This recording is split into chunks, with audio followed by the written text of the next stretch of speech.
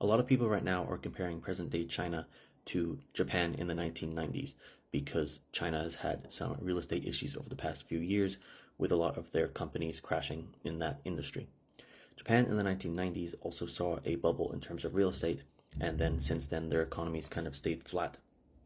While I believe that comparison is something that people need to look into, we need to be wary of being too simplistic and also just kind of following the headlines, because a lot of headlines are making this argument without kind of going deeper into the comparison.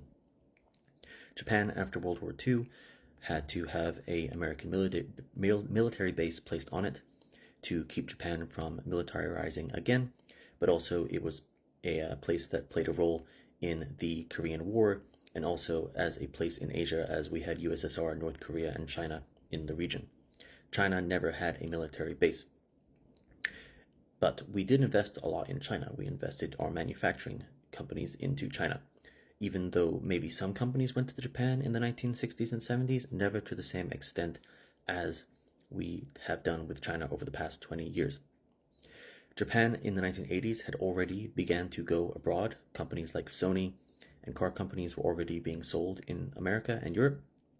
Chinese companies are only beginning to really go international right now. Also, Japan back then wasn't investing, I believe, around the world as much as China is. Did Japan build any ports in South America or any roads in Africa to the same extent as China? Can you think of any other comparisons to kind of make this comparison a bit more nuanced? Let me know in the comments. Bye-bye.